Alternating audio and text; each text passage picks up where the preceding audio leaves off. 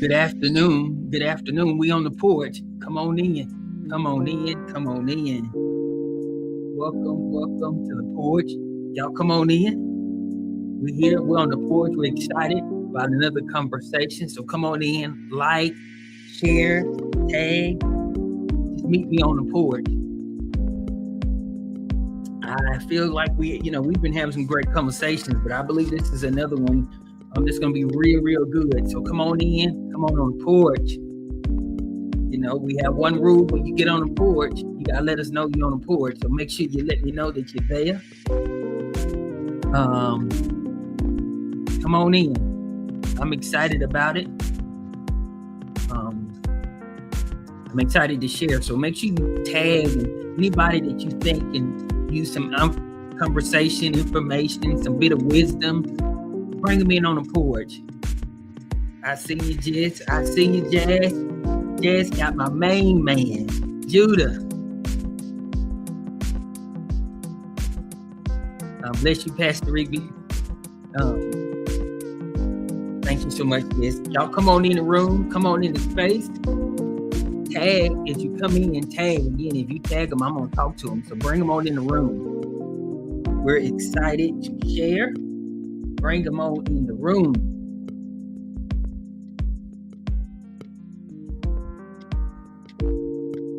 Bless you, Sister Benita. Bless you. Come on in the room. Come on in. Come on in. We're ready to share. We'll give it another minute or so, and we're gonna dive right in. And I pray everybody's having a great day. It's a hot one, but we pray that you're having a great day. Shalina, glad to see you on the porch.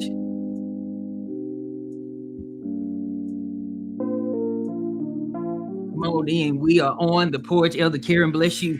Come on in. Tell them we're on the porch. My auntie's here. Aunt Red is on here.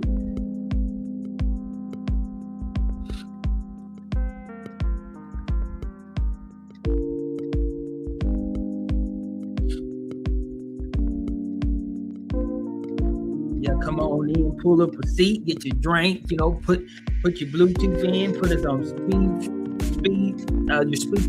speakerphone, and let's get ready to talk.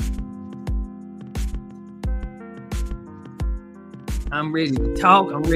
So get them on here in the room. And we're going to get ready to go ahead and just jump on in this conversation.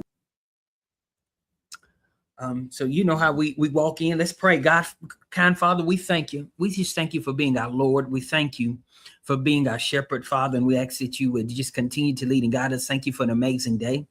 God, we ask that you would order our steps. God, give us clarity in the words. God, that you would hide me behind your cross and speak through me, God, and let the people see you and not me, Father. And just rest in this conversation today. Continue to speak to your people, encourage them, empower them. God, we love you, and we thank you for what you're about to do and say. In Jesus' name, amen. So listen, welcome to the porch. Thank you so much. So glad that you guys are here on the porch. My mama's on here. Love you, Mama.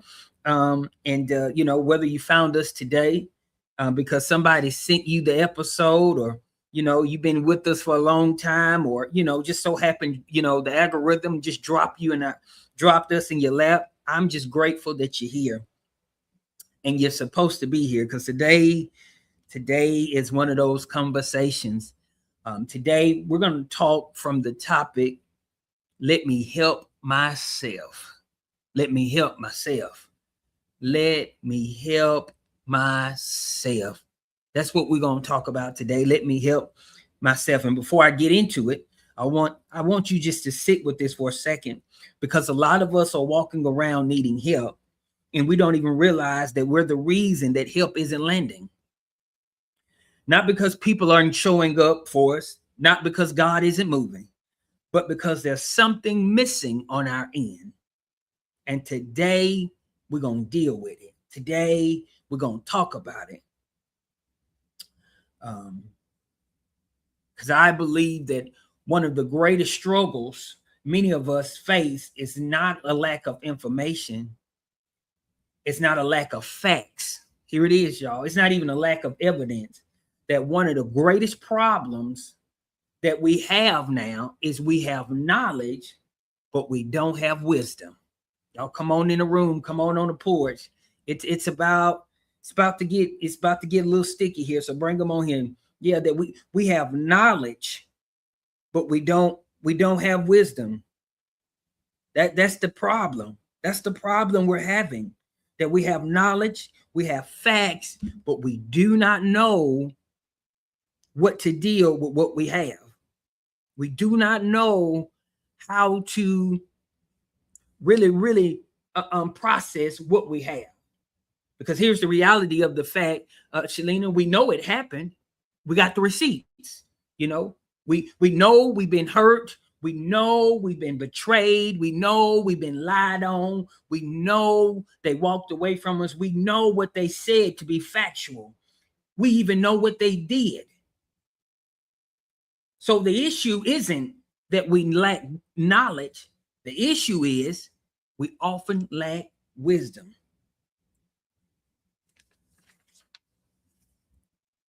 So I want to talk about two things today that most people seem that sounds like they go together, that most people use interchangeably, but here's the thing, they are not the same.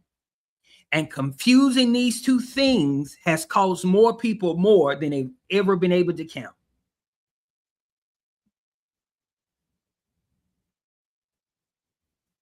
Because this thing that we call knowledge and wisdom are not synonymous. Like, it's not that if I got knowledge, I got wisdom. That's not a thing. That's not a thing. See, here's the thing. If I can lean in to get you to understand, let me break this down. I want to dig into this for a few moments here, because when you start looking at it, you'll find something interesting. Is that you can have knowledge. Watch this, y'all. You can have knowledge without wisdom. It's very possible. It happens all the time, more time than we care to imagine, to talk about. But here's the thing. But you can't have wisdom without having knowledge. Wisdom always requires knowledge as a foundation. The two are not equal and they don't work the same way. So let me pull you in closer with this. Knowledge is you have facts, you have information, you are aware. Something happened, you know it happened. This is knowledge. You have receipts, you have the screenshots, you have the evidence. You know the person, you know the conversation, you know it. That is knowledge. You know the problem, knowledge, right? You know the condition, that's knowledge. But when we flip the coin, wisdom is something different. Wisdom takes everything you know, all these facts, all the awareness, and it shows you what to do with it.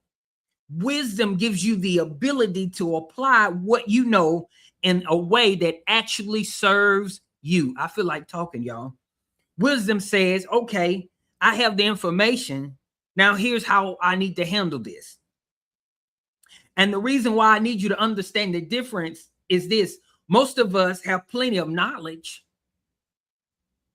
Y'all already know. Y'all talk to me on this here porch. We got plenty of knowledge, but we just got little wisdom. And that brings our problem. The space, because there is a fine line. Listen to me, y'all. There's a gray area between what I know and how I respond. Lord have mercy. Y'all help me on here on this porch. This gap is where lives have been ruined. The gap is where decisions get made that you can't take back. The gap is where the enemy does some of his best work. Anybody know what I'm talking about?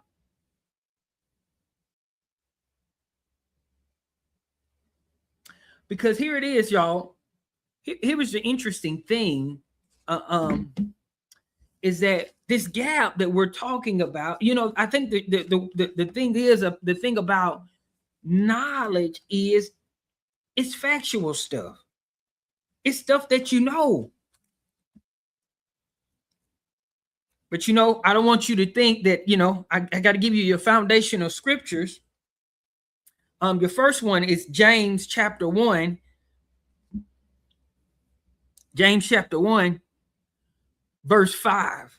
Let's go there. James chapter 1, because I want, usually I just scan through it, but today I want to do a better job because I want you to understand. He says, James says this, if you need wisdom, ask our generous God, and he will give it to you. He will not rebuke you for asking. So what does James chapter 1, verse 5 says? 3 words. Ask for it. This is the word of the Lord. James 1, chapter 5, ask for it. I want you to catch what James is saying here, because it's simple, but sometimes it's so simple that it'll throw you into a frenzy a little bit, because what he's saying is, it's if you want wisdom, simple, ask for it. Now, I know some of you've heard that and you're like, that sounds too easy. You mean to tell me that the solution to some of my biggest, most painful, most complicated problems is just that simple? Ask for it. But here's the thing I want you to see, y'all. He doesn't say ask for more facts. Come on, church. He doesn't say ask for information. He says ask for wisdom. Meaning what you got isn't wrong, but you need to know how it works. You need to know how to use it. You need to know how it's going to protect you. Because here's the thing, knowledge gives us information, but wisdom gives us application. Come on. Knowledge tells us what happened, but wisdom tells you what to do about it. And if we can be honest, we're on the porch, so we got to tell the truth. If we can be honest, y'all, many of our greatest regrets in our lives didn't happen because we lacked information. It happened because we mishandled the information we had. Let me say that one more time for you to come in. Many of our greatest regrets, the biggest downfall, the biggest scars, our biggest trials, our biggest cuts that we've got, it didn't happen because we didn't have information.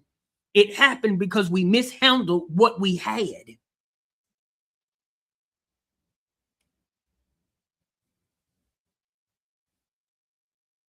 Because there will be moments in your life, y'all, hear me and hear me well. I'm going to lean in a minute. This is going to clear up. But there will be moments in your life when there will be moments in your life what you know has the potential to destroy you if you don't know how to handle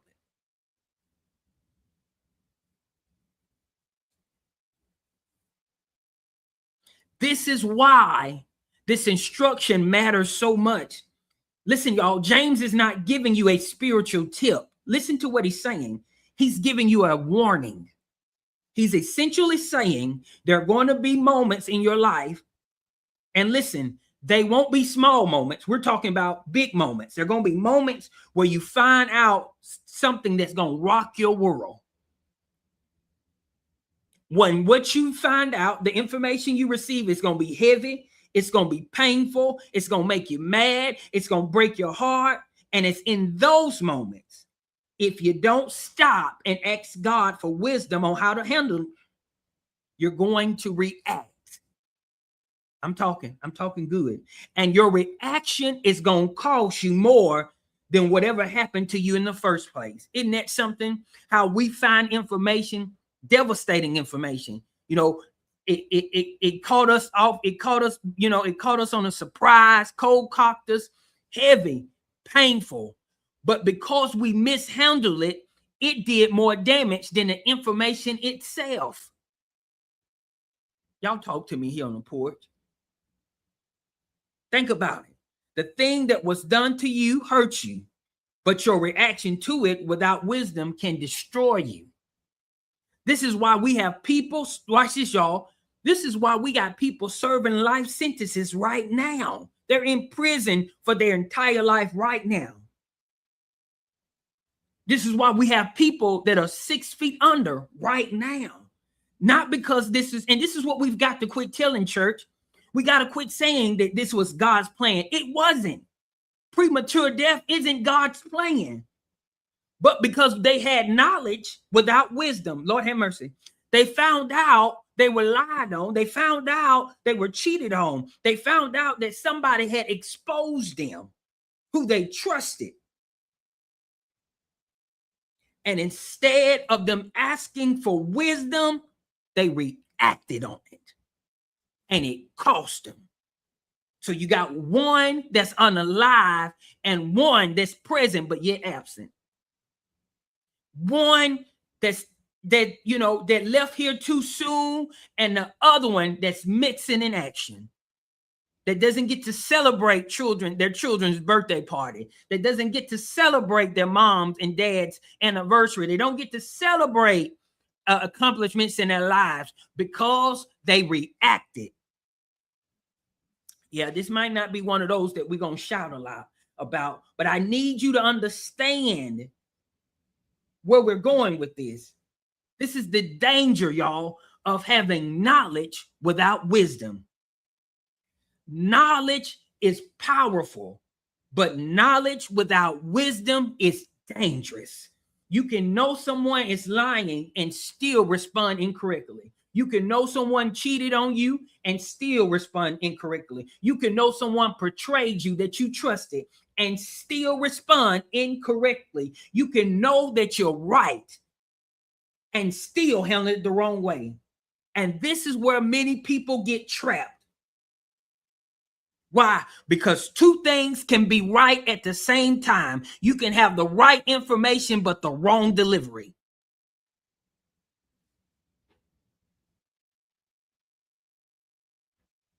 You can have the right information, hear me, y'all, but the wrong delivery.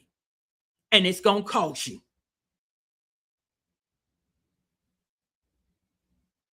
And the problem is many of us have become emotional reactors instead of spiritual responders.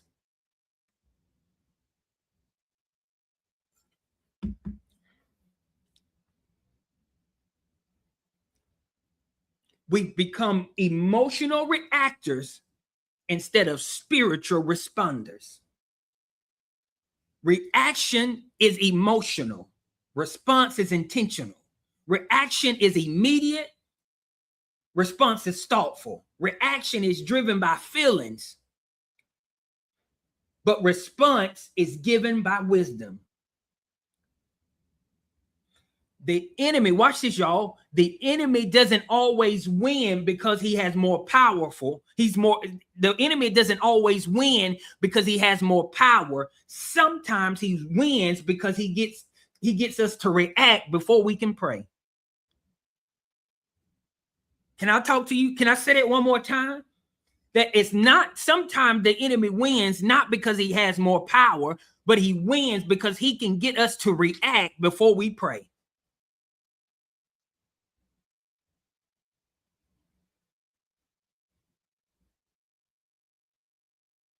And here's the consequences of that. And what could have been a temporary problem has now become a permanent consequence. I hope I'm helping somebody. See, I need for us to really camp out on this thing because it's cost us too much, y'all. It's still costing us. Some of us are in our 40s, we're in our 50s, even our 60s and 70s, and it's still costing us because we don't understand that we've got to have wisdom in every facet of our lives. And there is a complete difference between reacting and responding. And the difference matters. More than anything I can tell you, the difference matters. Because this reaction thing that we do is emotional. It's immediate and it doesn't think about consequences. All it wants to do is to make them pay now. It wants to solve it now. It wants to get back now. That's all it wants to do when you react. When you react, you're only operating purely out of what you're feeling in the moment.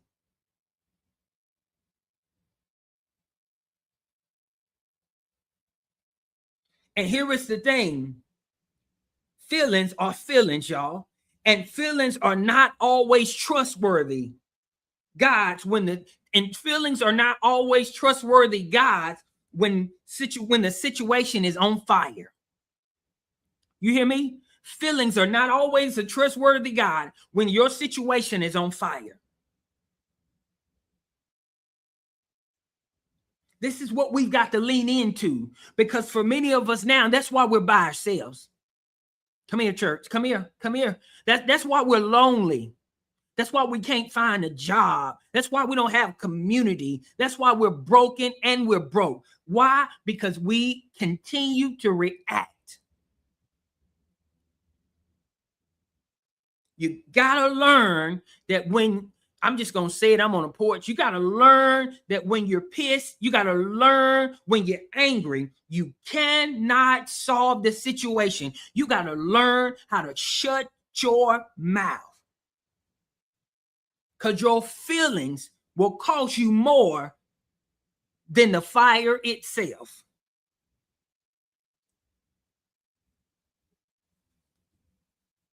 And we've got to learn how to start responding, because responding is intentional. A responding takes a beat. A response asks, what do I actually do with the outcome to be here? A response is where wisdom is produced. See, here's the thing I want you to understand. When you react, when you let your emotions drive the car, you hand the wheel over to the wrong person. And here's what's painful about the people, and here's what's painful about that. The people who hurt you, your haters, the enemy, they win every single time you react. Every single time you react. Because here's the thing. Now you're the one on the news. You're the one that's got the mugshot. You're the one who lost the job. You're the one who burned the relationship because you said things that can't be unsaid. And the person who wronged you are just fine. The person who wronged you are sleeping well. The person who wronged you are going home to their family. The person, I feel like talking, I might as well lean in. The person who wronged you is still getting a paycheck on Friday. The person that wronged you, yeah, they still up for the promotion. We've got to learn how to respond. I don't care what comes at you. I don't care how justified your anger may be. And the truth of the matter is, some of us have a reason to be angry. I'm not dismissing it. I'm not trying to make you live a fairy tale. But here is what wisdom says. You cannot afford to let that anger drive. You can't afford to let the anger be your pilot. In other words, anger can ride in the back seat, but wisdom has to be at the wheel. This is what the Lord is saying in the Bible when it says, be angry, but sin not. You're human. They're going to make you mad. You're human. They're going to take you there. But you got to learn how to make sure that stays in the back seat. I'm angry, but I ain't a fool. I'm angry, but I worked too hard to get here. I'm angry, but I'm not going to let you take food out of my mouth. No, that's not how this works.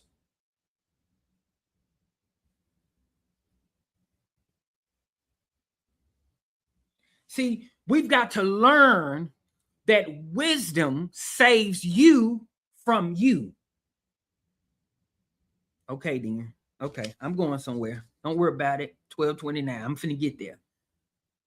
Wisdom saves you from you. One of the greatest gifts God gives us is wisdom, because wisdom protects us from ourselves. Most people think wisdom protects you from our enemies. No, wisdom protects us from being our own enemy. Wisdom says, don't send the text. Wisdom says, don't post the status. Wisdom says, don't answer the phone call right now. Wisdom says, don't make the purchase. Wisdom says, don't you go over there. Wisdom says, walk away. Woo. Wisdom says, shut your mouth. Wisdom says, give yourself time. Wisdom understands that every battle does not require a response right then. Wisdom said, I need to say it again, every battle does not require a response right then. Some wisdom will say some battles requires distance. Wisdom will say some battles require silence. Wisdom will say some battles require prayer. Wisdom will say some battles require healing. We've got to learn that when wisdom tells you to get in your car and take a ride, you need to get in your car and take a ride. When wisdom tells you you don't need to put your mouth on it, don't put your mouth on it. See, some of us now are paying a bill because of a reaction that we made to something that was done to us. Now we found out that we did need that little job. Come here, church. Come here. I'm trying to big brother you right now. See, now we found out that we did want that relationship. Come here. Don't leave me now. Now we found out that we did need that community. Yeah, but because we handled it the wrong way, now we're out of luck. And now we're we're upset because we feel like our emergency should be everybody else's emergency. And you learned the hard way that it's not.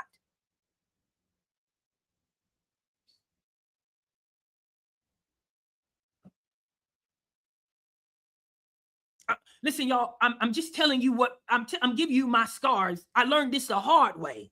See, we make erratic decisions, or we react so quickly that we don't count the cost until it's time to pay the bill. And then we're looking around trying to figure out who's going to pay the bill. And we realize the only person that can pay it is you.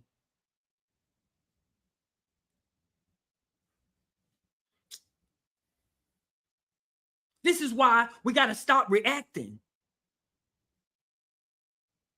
This is why, here it is. Can I come closer? Can I come closer? This is why when you get a new job, you got to quit just signing stuff and not reading it. You got to know the policy. You got to know the code of conduct. You got to know the code of ethics. You got to know this information. This is why. This is why.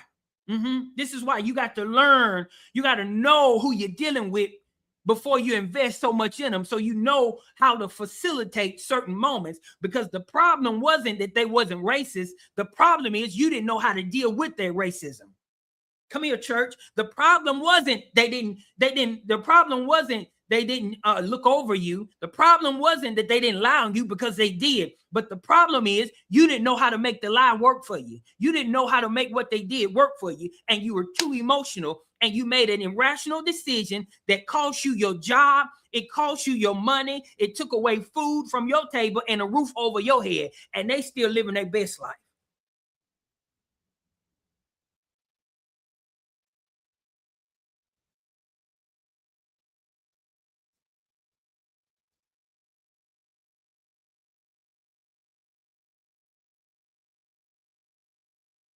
So let me lean in. Let me lean in. I got to get ready to let y'all go, but let me lean into this real quick. Let me give you a picture. Let me paint this picture of what I'm trying to tell you. Too many of us are living like thermometers. You know what a thermometer does, don't it? Don't you? It tells you the temperature of the room. That's it. That's the whole job.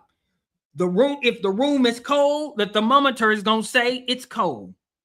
If the room is hot, the thermometer is going to say it's hot. The thermometer simply reflects whatever it's around. In other words, it has no power to change anything. It can only report or adapt to what's already happening.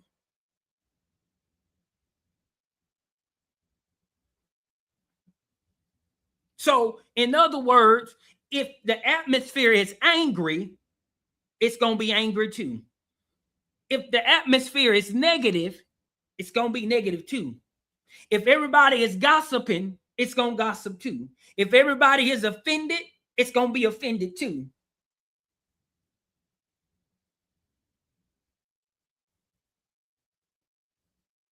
And this is how a lot of us are operating. Somebody comes at us with heat, we give them heat back. Somebody's cold to us, we go cold on them. We give back exactly what we're getting. We are thermometers. We read the room. Listen to me, y'all. Here is the knowledge. We read the room, but we become the room.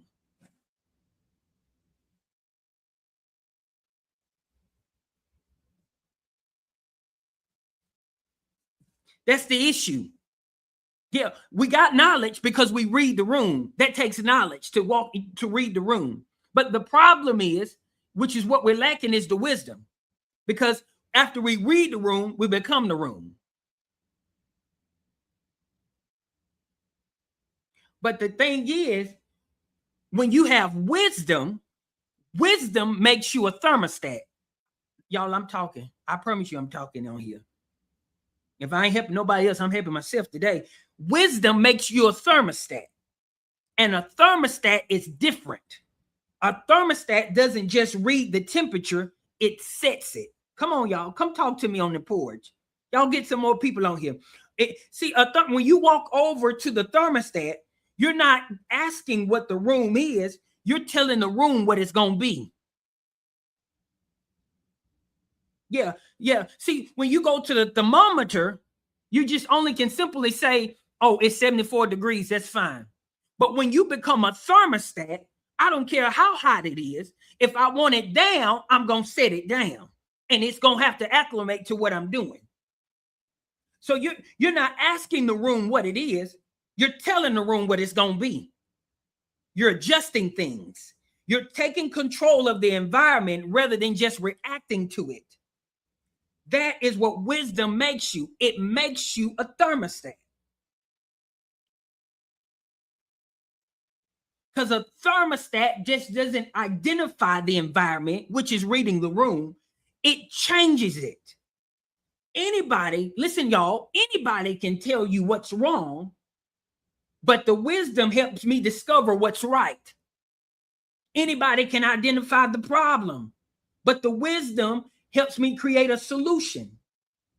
Anybody can complain, but wisdom helps me build.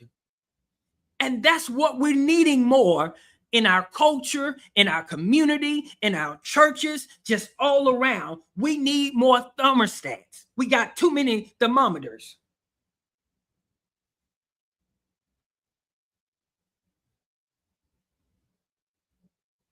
Wisdom says, I see what's happening in the room. I see the temperature of the situation, but I'm not going to just become whatever this is. I'm going to set my own temperature. I'm going to decide how I'm going to carry myself through this. I'm going to protect my peace. I'm going to protect my future, and I'm going to protect who God is calling me to be, regardless of what the room is doing. See, you thought you were just cussing out a coworker, but what you didn't know was the supervisor was on the other side of the wall listening to you cuss them out. So the reason why you didn't get promoted wasn't because you couldn't do the job. It's because you couldn't control your mouth. Wisdom. Come on, church. Come on.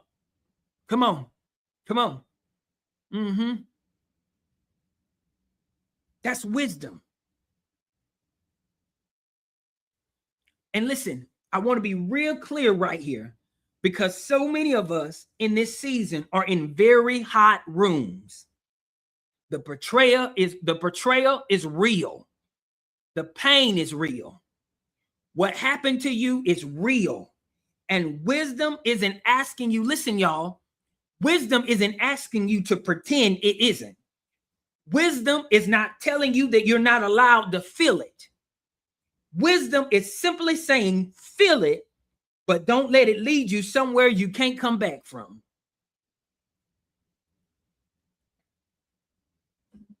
That's what wisdom is saying.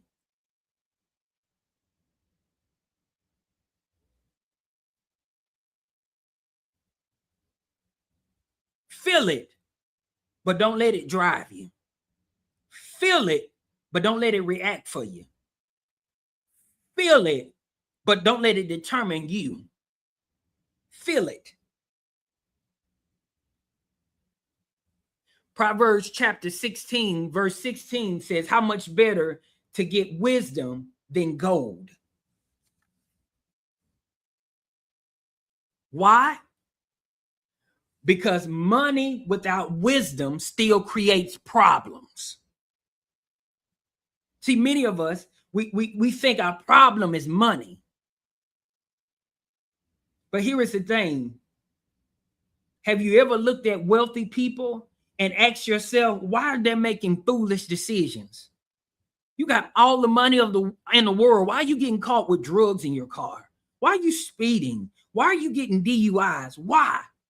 Because money does not give you wisdom.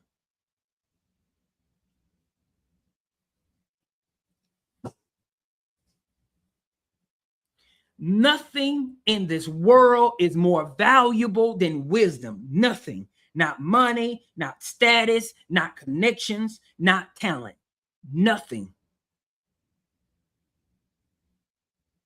And I know some of us are hearing that and we push back a little bit because we watch people with money live what looks like a pretty good life. And yeah, money does things. I'm not going to stand here and lie to you or pretend it doesn't. But money without wisdom will make you do the most foolish things imaginable.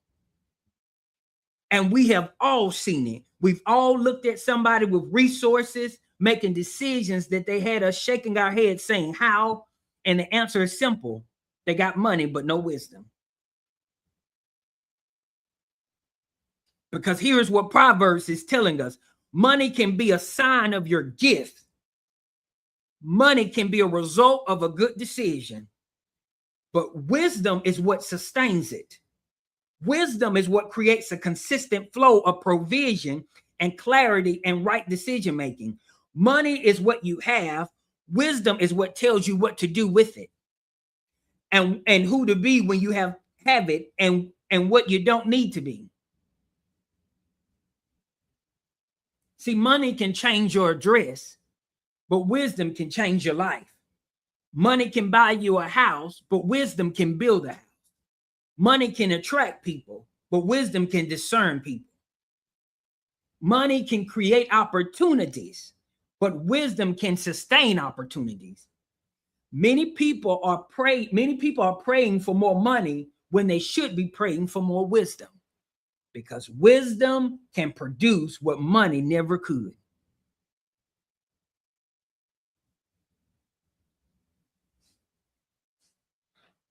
And see, now you understand that here it is. We're going to Proverbs chapter 12, verse 15. It backs what I'm saying up. It says, fools think their own way is right, but the wise listens to others. Fools think their own way is right, but the wise listens to others. Wise people are quick to listen and slow to speak. This is wisdom, y'all. Listen, right now, I'm just, this is my opinion, Mathnology 101. So this ain't Bible. I'm not saying this. But right now, some of us, we need to have more conversation so we can get wisdom. We've shouted long enough and still been foolish. So now we need to sit down long enough so we can get wise and really shout about something real. And see, here's the thing, y'all.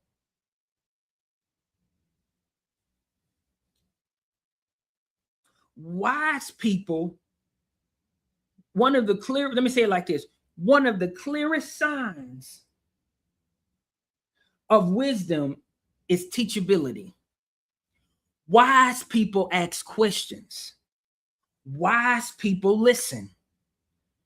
Wise people observe, and wise people learn. When wisdom walks into a room, it doesn't have to be the smartest voice. It becomes the most attentive voice. See, the foolish believe they already know everything, but the wise person understands that there is always something else to learn. That's why wisdom keeps going while pride keeps repeating the same mistakes. Wisdom keeps going. It doesn't mean that you don't make mistakes, but you learn from it. So wisdom keeps you going, but pride will keep you, or foolishness, or the lack of wisdom will keep you living in a cycle. That's the whole word, y'all. Slow to speak. In an age where everybody's timeline is their personal broadcast network, where we share our reactions in real time before we have a single second to process what we're feeling, we need more wisdom now than ever.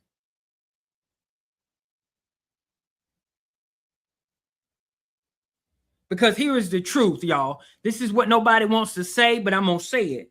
Because here is what I've learned. Social media will let you make a fool of yourself at scale and keep it documented for years. It'll let you make a fool of yourself and document it for years. And you'll have those memories pop up and you'll ask yourself, I don't know why I posted that.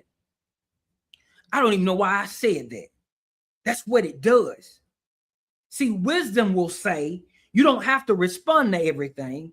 You don't have to clap back at everything. You don't have to let everybody know what you know and how you know it. Sometimes the most powerful thing you can do is keep your mouth closed and let God handle it.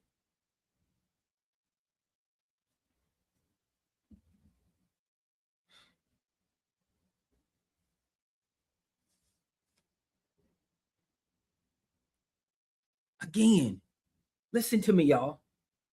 Listen. Wisdom protects you from yourself. It protects you from you, not from them. I want to say that again, not from them, not from your haters, not from the person who wronged you, but it will protect you, from the version of you that shows up when you're hurt, because that's what you need wisdom for. See, you don't need wisdom when you're sane now. You don't need wisdom when you're in a good place. You need wisdom when you're angry. You need wisdom when they cross you wrong.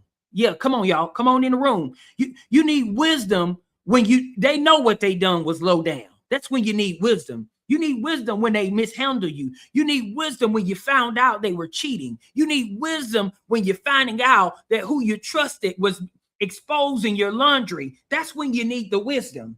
That's why you need protection from you, because you don't need wisdom when you're the good you. You need wisdom when you're the angry you, because the angry you want blood. Can I help you? Can I help you? That's what the angry you want. They want blood. The angry you want them to hurt as much or even more than how they hurt you. That's what you need wisdom for.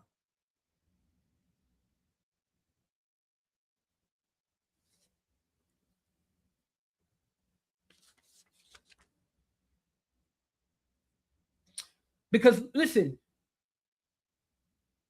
one of the greatest tests of wisdom is how you respond when you're hurting. Not react. How you respond when you're hurting. That's the greatest test of wisdom. That's how you let you know. That's what'll let you know your maturity level. That's what'll let you know who you really are. It'll let you know if you're better than what you used to be, how you're responding when you're hurting. Because again, anybody can react when life is good. But the question you have to ask yourself is, how do I respond when I've been wounded? Come on, church. How do I respond when I've been disappointed? How do I respond when I've been embarrassed? How do I respond, y'all, when I've been betrayed?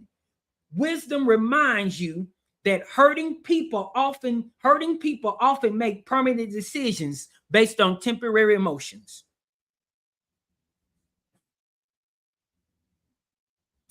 Wisdom will remind you that hurting people oftentimes make permanent decisions based on temporary emotions.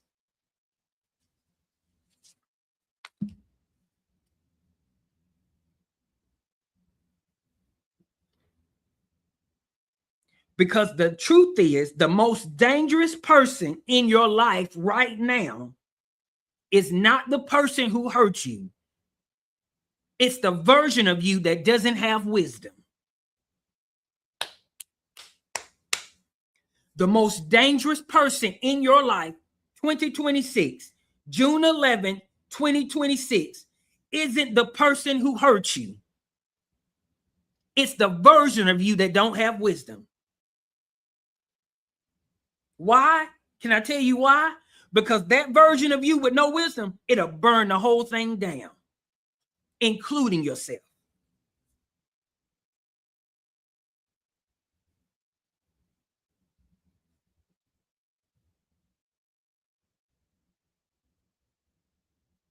And many people are living with consequences today. Listen to me, y'all. Many people are living with consequences today because they reacted during a painful moment instead of responding with wisdom. See, here is the thing. Wisdom doesn't show up after you've already gone too far. That's what a lot of us have experienced. We look back and say, I wish I had known better. I wish I had thought about that. But see, wisdom will cultivate you. When you actually invite it in and ask for it the way James says to ask for wisdom, it'll show up before you get to the red zone. Wisdom will say, hey, this is a moment where you need to slow down. It'll say, step away. Don't say that. Don't send it. Don't walk in it. Wisdom will tell you. Here it is, y'all. Here's what wisdom will say. I'm not going to burn myself trying to burn you. I think that's the whole lesson right there. That's what wisdom will teach you. I'm not going to burn myself trying to burn you. I'm not going to take my house down trying to destroy yours. You hear me? That's what wisdom will say. This is one of the most mature things a person can learn, that trying to destroy someone else often ends you. You hear me? It often ends you. Many of us got that testimony today. You found out somebody was cheating on you. You tried to expose them. You even went to the deep end of trying to sleeping with them so you can tell who they're with, who they are, and they still stayed with them.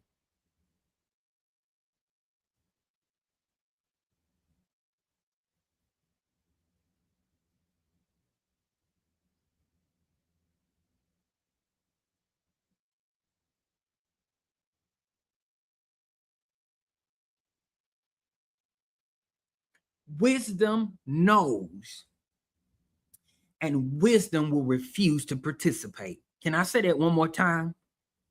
Wisdom knows, but it will refuse to participate. Because what happens when we avoid wisdom is we wonder why we keep paying the same penalty.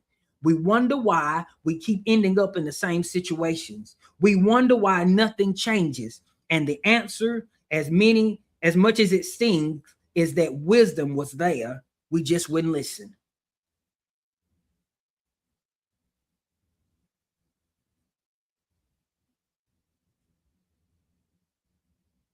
Wisdom says, I'm not going to destroy my peace trying to get revenge. Wisdom says, I'm not going to burn my future trying to hurt my present. Yeah. I'm not going to lose what God has for me because of what somebody did to me. Come on, church. Come on. Come on. Come on. Come on. I got to get you. I got to get out of here. I'm not going to get to finish all this. I'm done. Listen.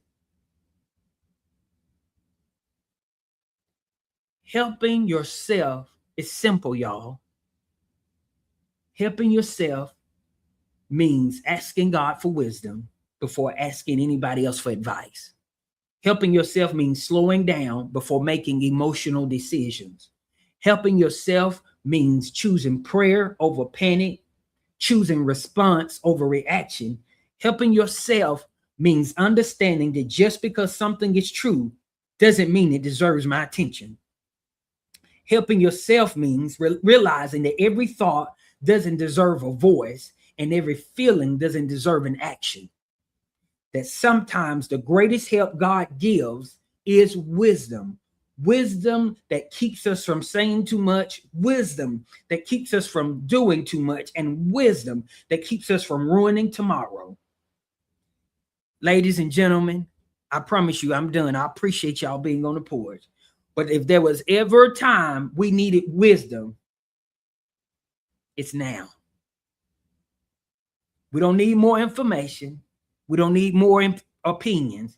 We don't need more social media. We don't even need more noise. We need more wisdom. Because knowledge can tell us what happened, but wisdom tells us what to do next. And perhaps the greatest prayer we can pray this week is not, Lord, change them, but Lord, give me wisdom. Because wisdom will protect your peace. Wisdom will guard your future.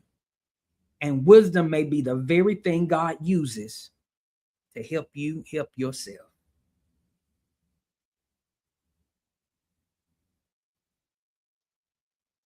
So let's help ourselves. Let's let wisdom in, ask for it, act on it, and watch how differently the rest of our story will read. I appreciate y'all so much for being on the porch. I don't take it lightly that you gave me your time, that you come on here every week to conversate with us. It's our prayer that something was said that will encourage you, that it will empower you, but most of all, that it will be thought-provoking. It will give you something to ponder on. We've got to have wisdom, y'all. Some of us have got bullets, but we've got to have wisdom to know how to use the gun. Right? We've got the information. Brilliant. But we got to have wisdom to teach us how to use it. So I appreciate you. Thank y'all so much for being on the porch. And remember, we need wisdom. Listen, I'm excited. There'll be some things that we're going to be sharing on our page. If you haven't followed or liked, please do follow, like our page. And, I'd love to see you in one of our conversations. Our next Bible study community conversation will be June the 30th, 7 p.m. We'll get the flyer out ASAP. It's going to be a cookout, conversation and cookout. So you're going to want to be there for it. It's going to be a great conversation. The Lord has already begun to build the word that he wants to share. And I know it's going to be something that blesses us all. And so, June the 30th, be prepared. I believe that's the last Tuesday in this month. We'll be in Gaston. We'll have the details and everything on the flyer. We're going to have a conversation and cookout. And so I can't wait to see you guys in person. There's some other assignments coming up. I believe we'll be sharing next week of some other moments where we get to share the word of the Lord in Gaston and in the region. And we'll make sure you guys are aware. Love to see you. Love to have conversation and just be in your presence. So again, we're getting ready to get out of here. I appreciate you all. Thank you so much for being on the porch. And as always, we'll see you next time. Same place, same time, right here on the porch. Have an amazing day.